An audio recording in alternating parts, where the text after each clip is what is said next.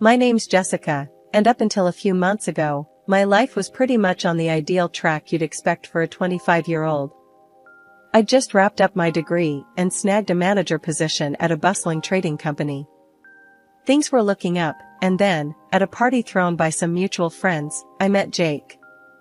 Jake was a guy you'd notice right off the bat, tall, with a loud laugh and a way of filling the room that made you feel like you were the only two people in it. He came over to where I was sitting, holding a beer in one hand and a plate of half-eaten snacks in the other. "Hey, you're Jessica, right?" "I'm Jake. Heard you're the brain running the new show downtown," he said, sliding into the seat next to me. "Yeah, that's me," I smiled, trying to match his easy demeanor. "And let me guess, you're the life of every party and possibly every after-party?" "You got me," he laughed, clapping his hands in mock surrender. "Guilty as charged. So, what brings you here, apart from obviously elevating our collective style quotient?" We clicked instantly. Jake was easy to talk to, and despite his casual front, he seemed genuinely interested in what I had to say. We spent the rest of the evening chatting about everything from our jobs to our favorite TV shows, and by the time the party wound down, we'd exchanged numbers and promised to catch up soon. In the weeks that followed, Jake and I saw a lot of each other.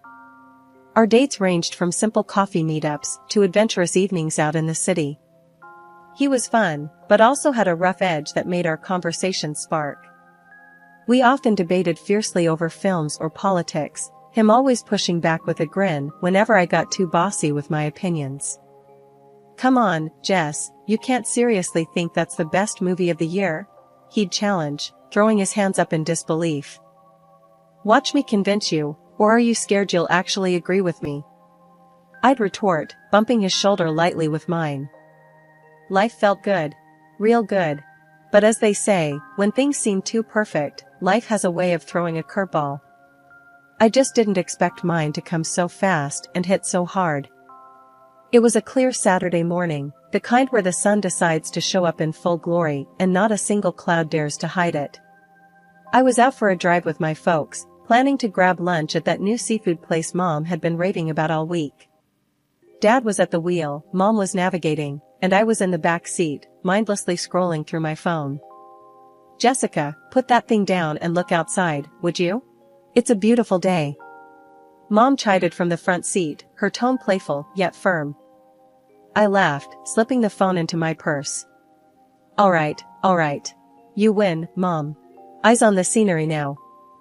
Dad chimed in, his voice always steady and reassuring. "Good. You kids today with your gadgets. When I was your age, I was always looking out the window, counting cows on the road trips." We all laughed, and I leaned forward between their seats, feeling like a kid again on one of our family road trips. The conversation shifted to casual updates on relatives and Dad's recent fishing trip with his buddies. "So, caught anything bigger than a minnow this time, Dad?" I teased, poking fun at his often exaggerated fish tales. "A minnow? You'll eat your words next time I bring home a catch. Just wait," he retorted, grinning in the rearview mirror. Mom rolled her eyes, smiling.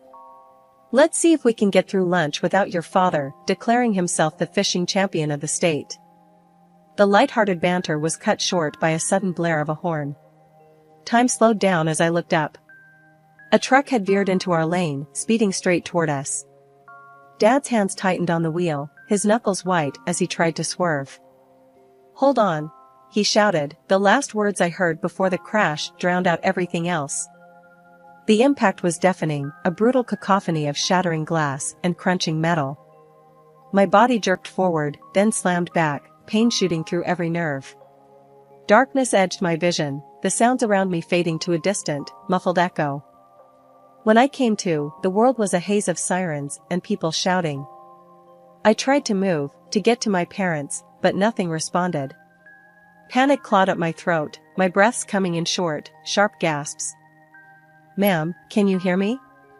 A paramedic peered into the wreckage, his voice a lifeline in the chaos. "We're going to get you out of here, just stay calm." "Mom? Dad?" My voice was weak, barely a whisper amid the noise.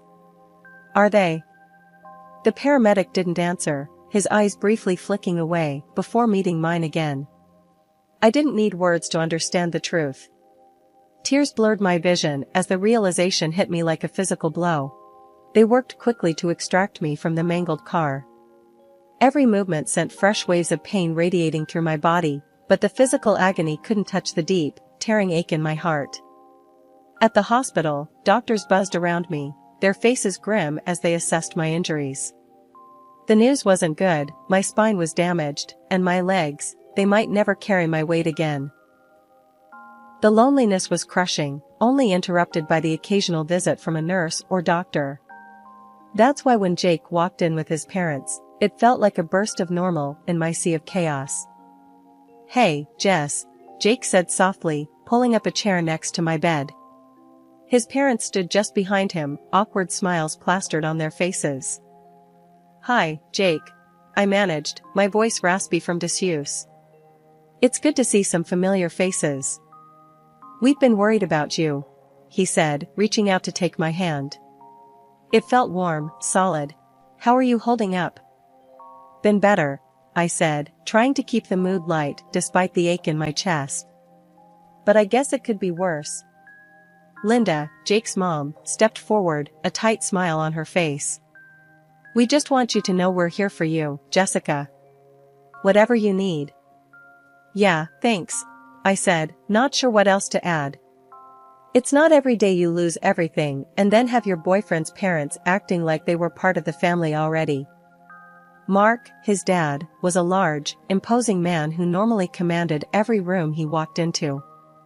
But there, in the hospital, he seemed shrunken, unsure of himself. "We've been thinking, Jessica," he began. "And well, Jake has something he wants to ask you." I frowned, confused. "Okay." Jake squeezed my hand, his eyes searching mine. "Jessica, these last few days, knowing you were here, hurt and alone, it's made me realize something." "What's that?" I asked, heart hammering. This wasn't a normal conversation. Something big was coming. "I don't want to spend another day not knowing you're in my life for good," he said, and suddenly, there was a small box in his hand.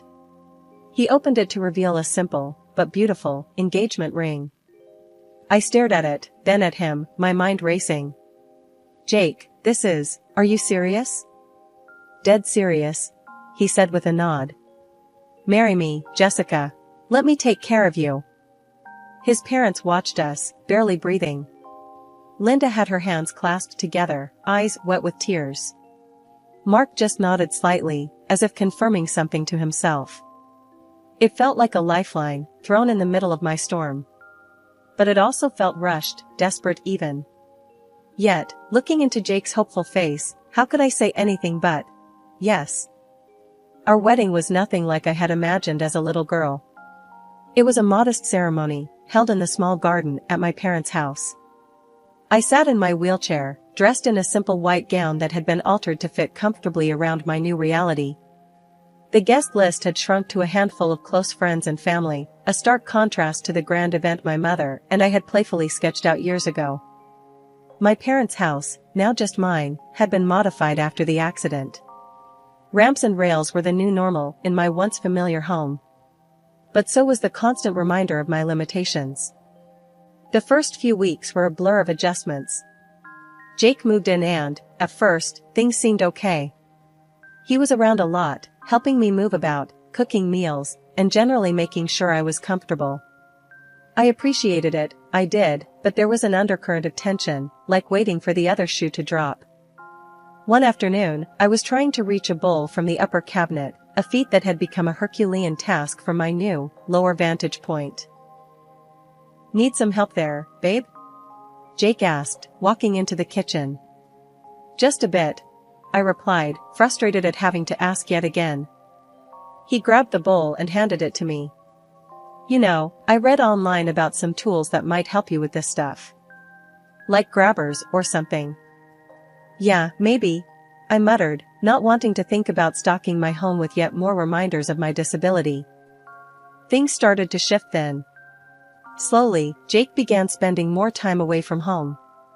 His helpfulness waned, replaced by absences that he brushed off with vague explanations.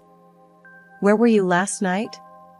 I asked him one evening when he came home later than usual, the smell of alcohol clinging to his clothes. "Out," was all he said as he flopped down on the couch, not even bothering to remove his shoes. "Just needed to blow off some steam." I maneuvered my wheelchair closer, feeling a mix of anger and concern. "Jake, you know I can't just go out and blow off steam. I need you here." He sighed, a sound that seemed to carry more annoyance than apology. "Jess, I can't be cooped up here all the time. It's tough for me, too, you know." The days turned into weeks, and the neglect became more apparent. Meals he used to cook turned into takeout boxes he couldn't be bothered to throw away. The bathroom that needed to be accessible became cluttered with his things, making it harder for me to maneuver. One morning, I caught him in a particularly foul mood as I asked him to move his stuff off the bathroom floor. "Can you just deal with it for once?" he snapped, his patience obviously worn thin. I didn't sign up to be a caretaker.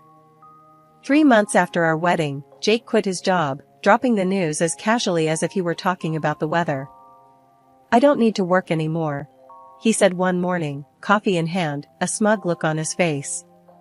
"You've got enough money from your folks. We're set." I stared at him, my stomach churning. "So, what, you're just going to live off my inheritance? That's your plan?" "Why not?" he shrugged. "It's ours now, isn't it?" His words chilled me. It wasn't just the house or the money he felt entitled to, it was my entire existence. I was supposed to be his wife, not his meal ticket. Things around the house started to change, and not for the better. It was the little things at first. Paintings that had hung on the walls for as long as I could remember were suddenly gone, and heirloom dishes that were supposed to be passed down to me vanished from the cupboards. At first, I thought I was going crazy. How could I misplace these things when I could barely get around? One afternoon, the house was unusually quiet. Jake and his folks were out, supposedly at some all-day event. I was alone, which was rare these days. I was in the living room, trying to reach a book from a lower shelf when Maria, my masseuse, and only real friend these days, came in for her weekly visit. "Hey, Jessica, how you holding up today?" Maria asked as she set her bag down. "Not great," I sighed, abandoning my attempt at the book. "Stuff's going missing, and I don't know if I'm just forgetting things or what." Maria frowned, helping me back into my chair. "What kind of stuff?" "Important stuff, like my mom's paintings and some antique dishes. I can't prove it, but I think someone's taking them." "That's messed up," she said, her brows knitting together in concern. "Do you want to do something about it?" "Like what?" "It's not like I can set up cameras all over the place," I muttered, feeling defeated. "Well, actually, I might know a guy who could set up some mics. Just to see if you can catch whoever's doing it talking about it?" Maria suggested, her tone careful. I hesitated. It felt a bit extreme, but then again, I needed to know. "Okay, yeah. Let's do it." A few days later, Maria came by with a guy who discreetly placed microphones in several rooms. It was all very spy-like, and I half expected it to be a bust. But what we eventually heard chilled me to the bone. It was late one evening, a few weeks after the mics were installed, and I was listening through the recordings. Jake's voice came through first, clear as day. "We should be able to get a good price for those dishes," he said, sounding nonchalant. "Yeah, the paintings fetched a pretty penny too," his mother, Linda, responded. There was a clinking sound, like she was sorting through silverware. I felt sick. They were stealing from me, selling off my family's things right under my nose. "What about Jessica? She's bound to notice more things missing," Jake's dad, Mark, chimed in. "That wheelchair keeps her pretty tied down.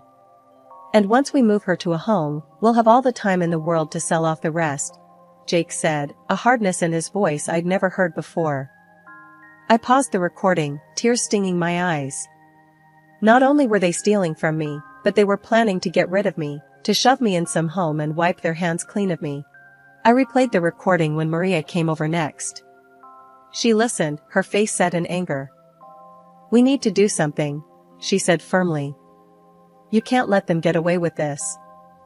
I nodded, wiping away tears. "I know. I don't know what to do. First, we save every recording.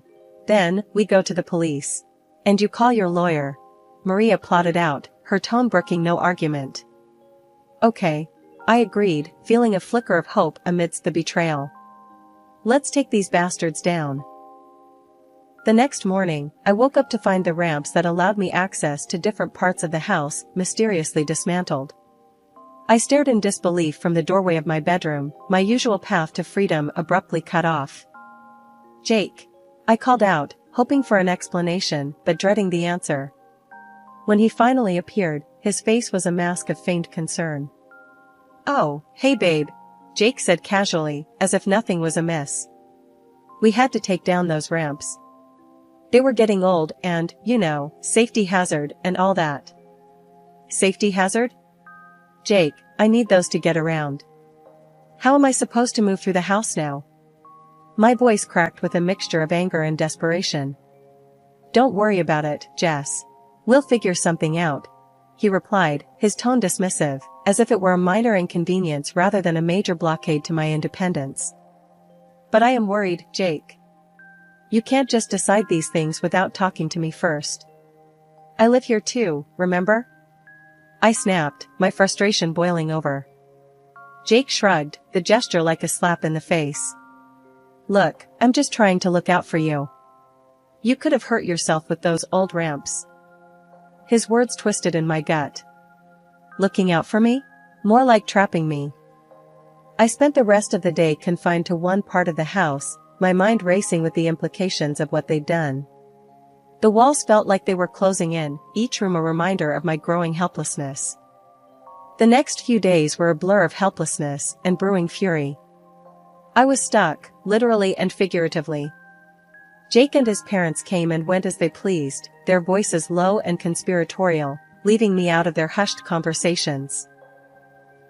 One evening, Linda came by to check on me, her fake smile firmly in place.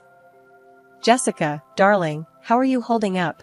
We're just so worried about you being on your own," she cooed, her voice dripping with false sympathy. "I'm managing," I replied coldly, not in the mood to play nice. "Seems like I'll have to get used to it, with the ramps gone and all." "Oh, that was just a precaution, dear," Linda said, patting my hand in a patronizing manner. "We're just trying to keep you safe. You know how much we care about you." Her words stung, the lie so blatant it was almost laughable. Safe? They were stripping away my mobility, my freedom, piece by piece. That night, after Linda had left with a breezy goodbye, I called Maria. "They're boxing me in, Maria. I can't even get around my own house now," I said, the edge in my voice sharp with anger and a trace of fear. "We need to act fast, Jessica," Maria responded, her voice tight with urgency. "This is more serious than we thought. It's not just about stealing from you now, it's about control." After we hung up, I lay in bed, staring at the ceiling. The feeling of being trapped was suffocating, but the fire of defiance was building within me. I just needed a chance, any chance, to turn the tables on them. And I was determined to find it. The next morning was a whirlwind. First, I called the service that deals with the disabled to report how Jake and his parents had dismantled the ramps, my main way of moving freely around my own home. They were quick to react, promising to send someone to assess the situation immediately. Next, I called my lawyer, Mr. Thompson, and explained everything. He was furious on my behalf and wasted no time. "I'll be there this afternoon with a couple of officers and a representative from the disability service. We'll sort this out," he assured me over the phone. By mid-afternoon, my living room felt more crowded than it had in a long time. Mr. Thompson, 2 police officers, and a representative from the Disability Rights Service were all present, along with Jake and his parents. The atmosphere was tense, the air thick with anticipation and dread. Jake and his dad looked shocked, like deer caught in headlights, when Mr. Thompson started speaking. "We are here to conduct a thorough check of the premises," he announced. "I have here an inventory of all items listed in Jessica's parents' will, and we will be verifying that these items are accounted for." Jake tried to protest. "This is ridiculous. Jessica, why are you doing this?" Before I could answer, the representative from the Disability Service intervened, his tone stern. "First, we need to address the removal of accessibility features in this home. It's been brought to our attention that necessary ramps have been dismantled, significantly reducing Ms. Thompson's mobility and independence." The color drained from Jake's face as the representative walked through the house, noting where each ramp had been removed. Meanwhile, Mr. Thompson began checking off items from the inventory list. It didn't take long for discrepancies to appear. Several high-value items were missing, just as I had suspected. Linda started crying, her sobs loud and dramatic. "Please, Jessica, we didn't mean any harm. We were just trying to make things easier." "Easier for who, exactly?"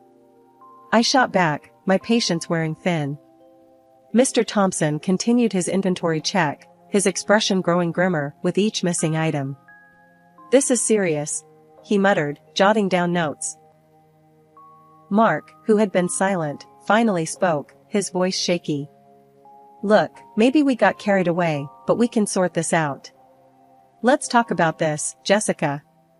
"There's nothing to talk about," I said, my voice steady despite the chaos around me. "You've been stealing from me and planning to ship me off. There's no excusing that." As the reality of their situation set in, Jake and his parents became increasingly panicked. Mr. Thompson finished his inspection and nodded to the officers. "Based on the evidence and the discrepancies here, I think we have enough to move forward." I looked at Jake, his parents, and then at the officers. "I want to press charges," I said, my voice firm. "And I have recordings of their conversations discussing their plans to sell my inheritance."